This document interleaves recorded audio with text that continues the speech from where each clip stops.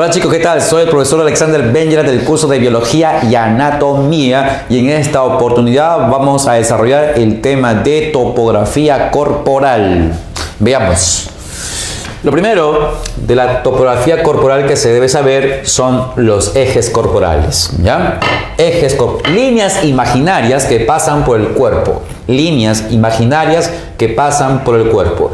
Hay tres tipos principales de estas líneas: el eje longitudinal, el eje sagital, el eje transversal.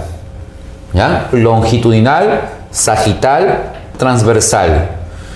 Uno es un eje vertical. El eje longitudinal es un eje vertical. Es un eje vertical. Fíjate cómo el eje entonces atraviesa el cuerpo del individuo, ¿ya? A lo largo de su cuerpo. A lo largo de su cuerpo. ¿Ahí está? Entonces es un eje vertical, el eje longitudinal. Algunos libros mencionan que el eje longitudinal es un eje céfalo-caudal o cráneo-caudal. También se le llama así. Caudal hace referencia a la cola, ¿ya? Cráneo-caudal. Pero es más conocido como eje longitudinal. En el caso del eje sagital, sagital viene de sagita y sagita es flecha. Entonces imagina como si le están lanzando un flechazo entonces a este individuo, ¿ya? De esa manera, flechazo, ¿ya? Como que flechándole al corazón. No exactamente así, pero como tratando de flecharlo al corazón.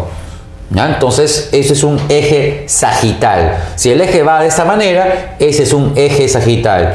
Pero si el eje va de esta manera, ¿ya? Mira, no es como el sagital. Ah, profe, es del lado a lado. Exacto. ¿Ya? Ese es el eje transversal. También le llaman eje lateral. ¿Ya? Eje lateral. Ya está. O le dicen eje latero-lateral. Así es. Eje latero-lateral. Al eje sagital le dicen también eje antero-posterior. ¿Por qué? Porque lo que está delante con respecto a lo que está detrás. Ah, ya. Mira, entonces, antero-posterior. O postero-anterior. Viceversa se puede decir, ¿ya? Entonces el eje sagital es el eje antero-posterior. El eje longitudinal va de arriba abajo o de abajo arriba, ¿ya? Entonces el eje longitudinal sería también un eje, sería llamado así, podríamos decir ínfero-superior o supero-inferior. ¿Ya? Entonces así también se menciona al eje longitudinal. En el caso del eje transversal, al igual como el eje sagital, son ejes horizontales. ¿Ya? Entonces ya entiendes por qué serían ejes horizontales. Ahí está, son ejes horizontales. Horizontal. Muy bien. Ahora os conocéis planos corporales. ¿Qué son los planos corporales? Los planos corporales son planos imaginarios, así como los ejes corporales son líneas imaginarias que atraviesan el cuerpo. Los planos corporales son de igual manera planos imaginarios que atraviesan el cuerpo. Mira, acá tenemos tres tipos principales de planos corporales. Tenemos el plano coronal o frontal, también llamado. Plano coronal o frontal. ¿Cuál es el plano coronal, profesor? Fíjate, este plano de acá, pues. Ah, ya, ese plano de ahí. Claro, este plano, mira. ¿Ya? Es como si ese plano pasara así. ¿Ya? Así. Ese plano pasa de esa manera. Ah, ya. Claro, como tratando de colocarse uno la corona. Exacto. Por eso el nombre de plano coronal. ¿Ya? Ah, así es, claro. Es el plano coronal o frontal. Ahora, el plano coronal o frontal tiene la particularidad de dividir al cuerpo, en anterior, posterior. O sea, cuando pasa el plano coronal por el cuerpo es dividido en una región anterior y en una región posterior, región que está detrás. Y eso coincide también con decir que la región anterior del cuerpo corresponde con la región ventral y la región posterior del cuerpo corresponde con la región dorsal. ¿Ya? Esto solo sería válido para el caso del ser humano, que es un organismo bípedo, pero no sería válido, por ejemplo, para una rata, para un perro. ¿Por qué, profesor? Porque en un perro lo anterior no es lo ventral. ¿Ya? Entonces, no anterior decir equivalente al ventral y posterior decir equivalente al dorsal solo sería válido para un organismo que es bípedo como el ser humano. ¿Ya? En una posición erguida, completa, ahí sería válido. Pero para un perro, para un caballo, no. Ahí no se puede decir que lo anterior es ventral, que lo posterior es dorsal. ¿Ya? En esos animales, en los animales cuadrúpedos, lo anterior sería, lo ventral sería equivalente a lo inferior y lo dorsal sería equivalente a lo superior. Ahí en ese caso sí. ¿Ya? Listo. Ahora, en el caso del plano transversal, este sería el plano transversal, mira, este de acá es el plano transversal, mira qué bonito, el plano transversal, ahí está, este es el planito, ahí está, el plano, ¿ya? Entonces, este es el planito, ahí está, que pasa por el cuerpecito, ahí está, ¿ya? ¿Cómo divide el cuerpo el plano transversal? Bien, entonces es como si al pasar entonces así la reglita, el cuerpo pasa el plano transversal, entonces lo que está por debajo del plano corresponde a la región inferior y lo que está por encima la región superior. Ah, así es. Y como tenemos cabeza, entonces podemos decir que la región superior corresponde con la región craneal, ¿bien? Con la región craneal, así es, y la región inferior corresponde con la región caudal, ya está. Bien, el plano sagital o longitudinal, cuidado, el plano sagital no coincide con el eje sagital, ¿ya? Entonces cuidado, puede que tengan el mismo término del nombre, pero el plano llega a ser diferente de un eje, ¿ya? No confunda los ejes con los planos. Bien, mira, el plano sagital, mira cómo pasa este plano, así pasa el plano, ahí está, mira, es el plano, entonces el plano pasaría así, ¿está bien? ¿Y cómo divide el cuerpo ese plano? Derecha e izquierda, ¿está bien? Así divide el cuerpo entonces ese plano, ya está. Entonces, el coronal divide el cuerpo en anterior y posterior, que se corresponde el anterior con el ventral, el posterior con el dorsal. El plano sagital divide el cuerpo en derecha e izquierda. El plano transversal divide el cuerpo en región superior e inferior. El superior se corresponde con la región craneal, el inferior se corresponde con la región caudal, ¿ya? El plano transversal es un plano horizontal. Es un plano horizontal. Ya está. Mientras que el plano coronal y el plano sagital son planos verticales. Son planos verticales. Verticales. Profesor, ¿cómo se aplica eso de los planos? En anatomía se aplica bastante lo que es más planos que los ejes, ¿ya? Por ejemplo, ¿cómo se aplica esto de los planos en anatomía? A ver, decimos así. Con respecto, en el caso sería, a ver, el corazón con respecto al estómago. El corazón con respecto al estómago. La posición del corazón sería superior y el estómago sería inferior, ¿ya? Entonces, estómago inferior y corazón sería superior. La posición comparada entre ambos. Pero si comparo el corazón con el cerebro tendría posición superior y el corazón tendría posición inferior. O el cerebro es craneal y el corazón es caudal. ¿Muy bien? En esa orientación. Ahora, si decimos, por ejemplo, a ver, la posición de los pulmones, ¿ya? La posición de los pulmones. Bueno, al ser órganos pares, uno está en una posición izquierda y el otro está en una posición derecha, al ser pares. Esto lo mismo sucede entonces con los riñones. O tal vez a un órgano que se divide por la mitad, como el caso del corazón.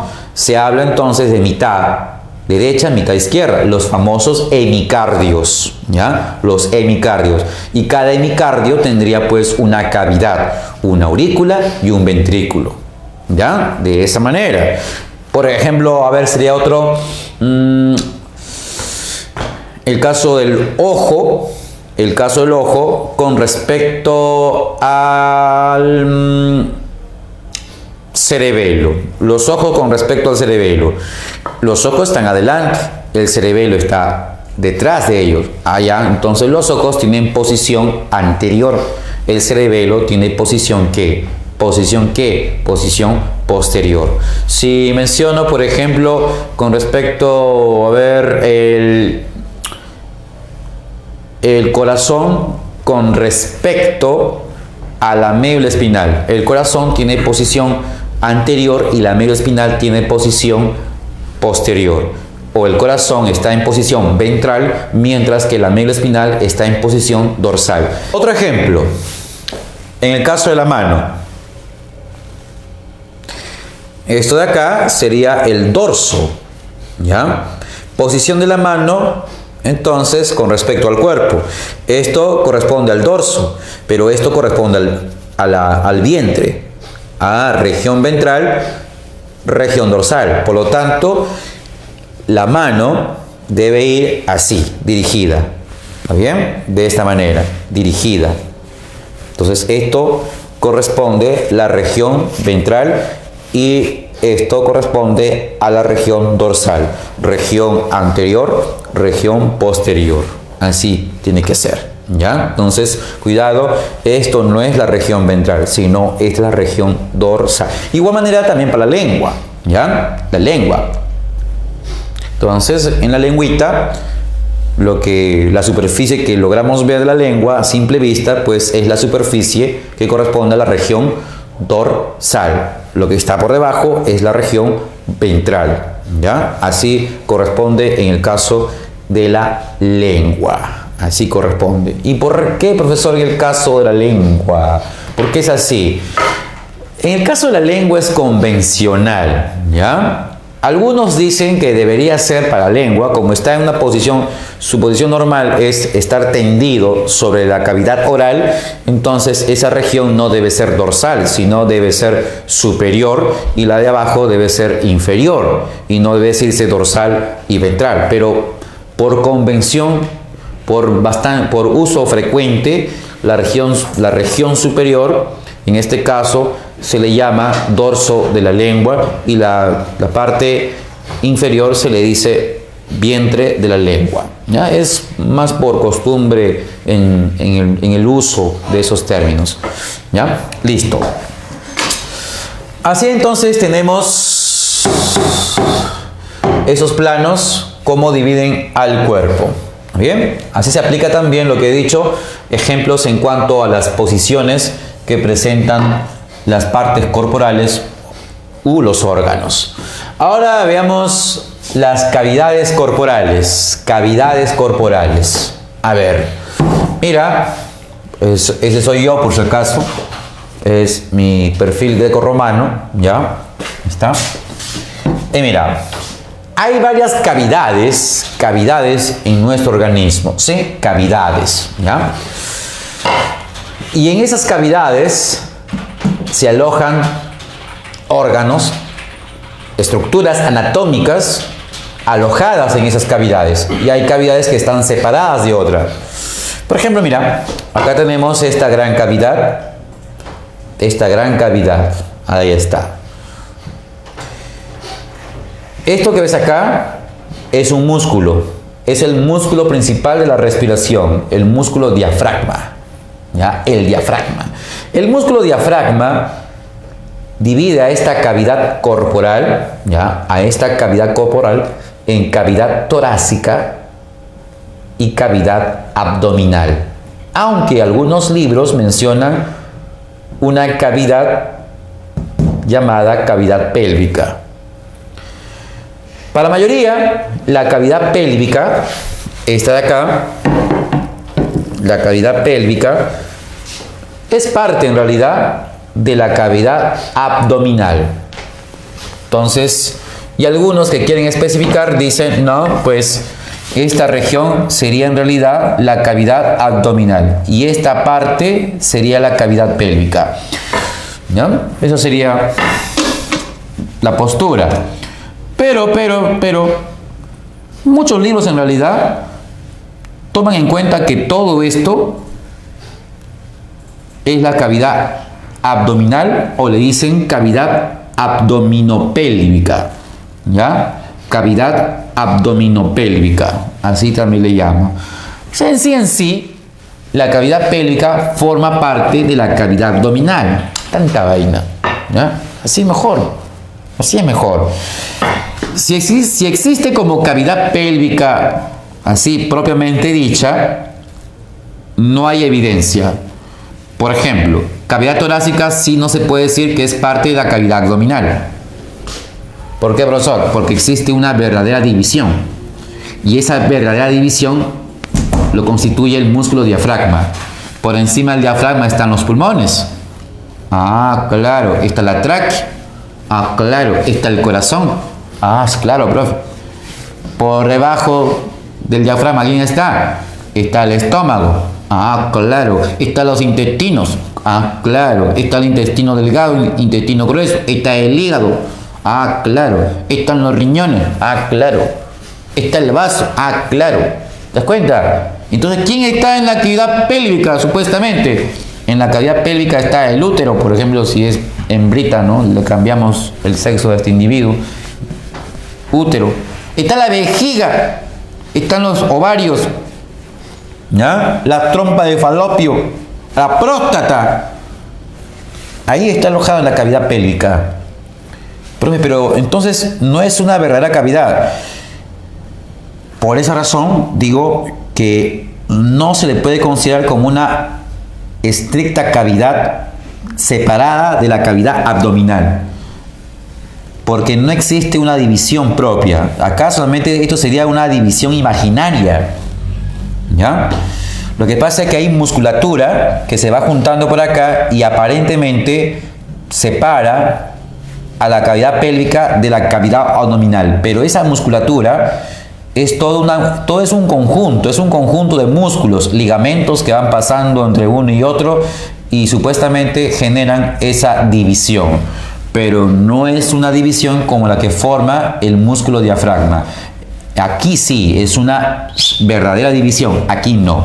O sea, no es una verdadera división lo que separa a la cavidad pélvica supuestamente de la cavidad abdominal. Por eso, como dije, en mayoría de casos la cavidad pélvica forma parte de la cavidad abdominal. A ver, los órganos que se encuentran alojados en estas cavidades se les va a llamar vísceras. Las vísceras, ¿no bien? La cavidad torácica